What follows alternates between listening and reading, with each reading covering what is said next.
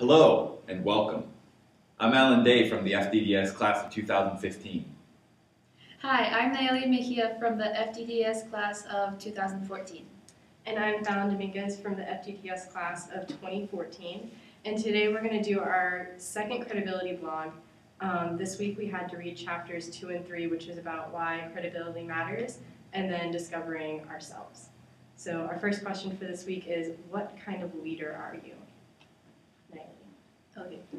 Well, as a leader, I would consider myself to be very organized and optimistic. I like having a plan and scheduling things, even if I don't follow them exactly, but just having a rough guide of what I'm going to do. And personality-wise, I'm optimistic, so I think that transfers to situations where I have to be a leader, for better or for worse. And I'd also say that I'm kind of laid back, but that may have to do with the fact that I'm not very commanding or assertive as a leader, which I have to work on. Alrighty.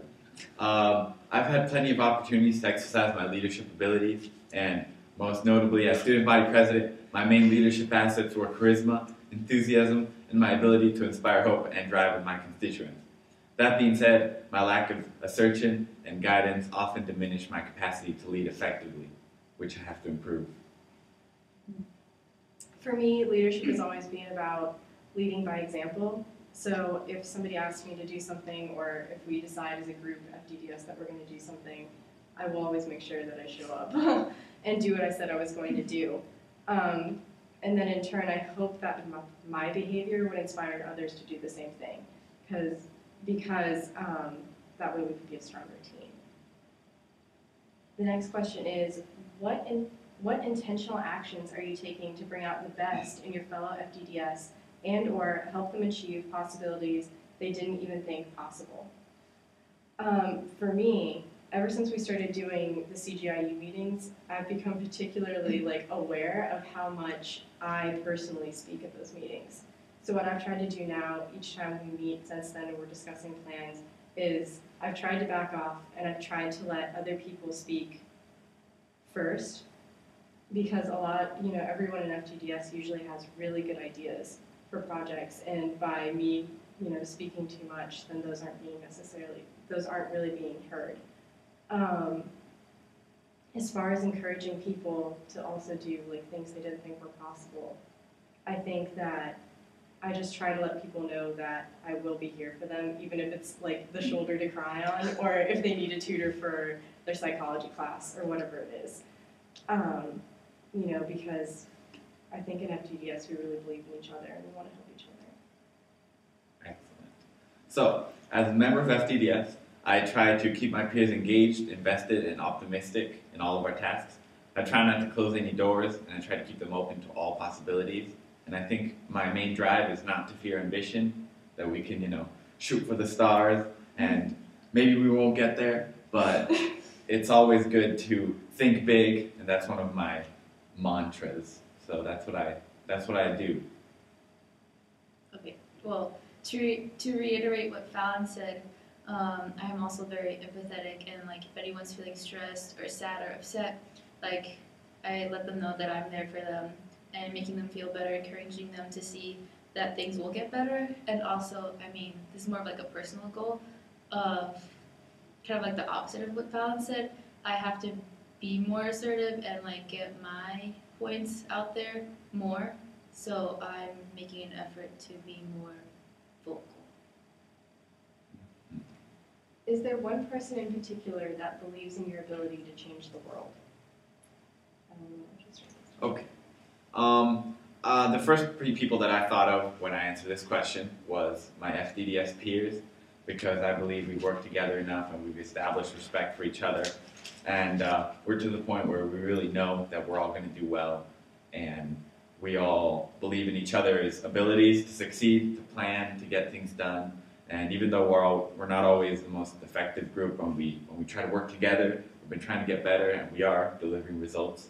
So I think that I definitely have the feeling that my peers believe in me. I believe in them. And whether or not I deserve to be believed in is, quite frankly, a whole other matter. That's up to my personal credibility, I suppose, in the long run, to deliver results and to actually make sure that I do what I say I am going to do, which is an integral part of this reading we just did. Yeah. Oh, well, I think one person that believes in all of us as well is Larry Thomas, the director for the FDDS program.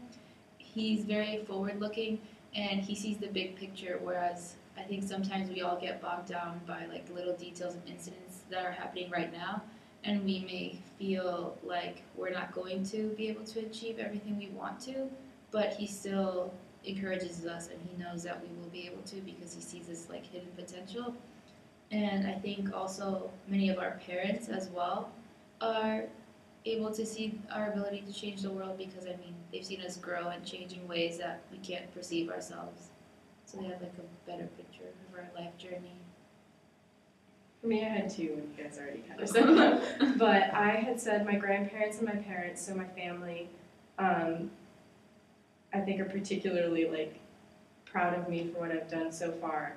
And they're always constantly reminding me to continue to work hard. You know, I talk to them the most probably about my goals and what I want to do, and so they really have a good understanding of where I want to be later on. And then the second group, I guess, was Larry and FDDS, because you guys are probably the other people that I talk to the most about what I want to do in the future and how I want, you know, to give service to other people.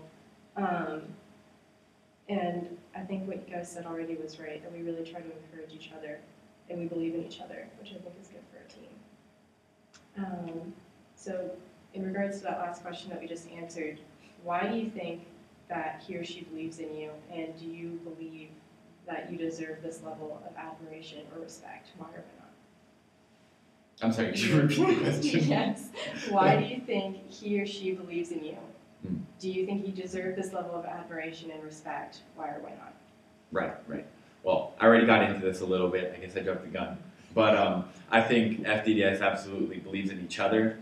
So I think we feed that whole dynamic because in the end, if we can't count on each other, we can't count on the group to do anything and to succeed in the long run. And I think we're all very personally invested in the group. And that's why we have a huge stake in each other.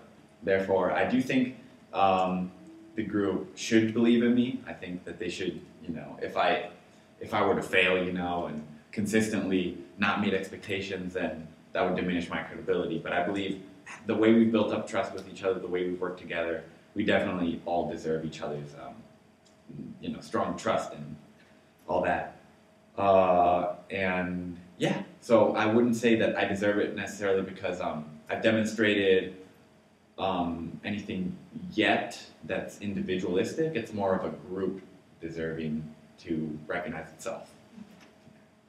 For me, to some extent, yes. I do believe that we deserve some admiration because I think all of us have worked really hard up until this point to get to where we are, you know, at American and in Washington.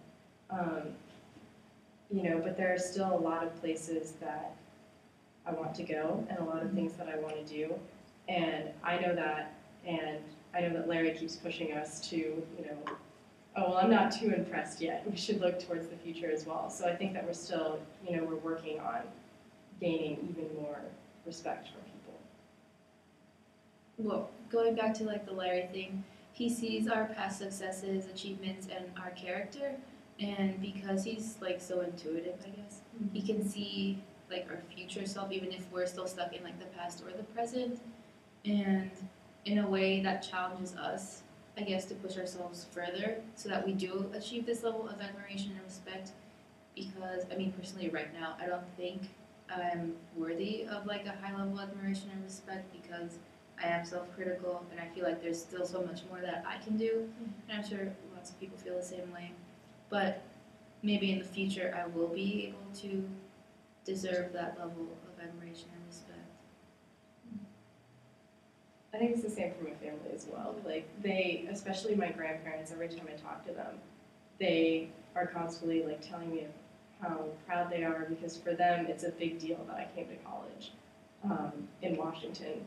You know, that was never something that I think they even thought about, like their grandchild would do, and having this scholarship and being in this program. But they're all still reminding me every time I talk to my grandfather, especially too, well, keep working hard because, there's still a long way to go. He keeps reminding me that every time. And so, while I have his respect, I think I could still work on it. Right. Well, for me, it's kind of changed a little bit because I feel like I've reached this plateau with my parents where they don't push me as hard as they used to because they've seen that I can deliver the results. And now it's becoming more up to me to push myself. And I have FDDS behind me helping me to do that and really, keep the fire on my tail and keep me going. And yeah. No, I mean, I definitely agree. I mean, right now my parents are very supportive and they're very, like, yes, not respectful, but like, of my achievements. And they're just constantly supporting me, but I feel like I could do so much better still.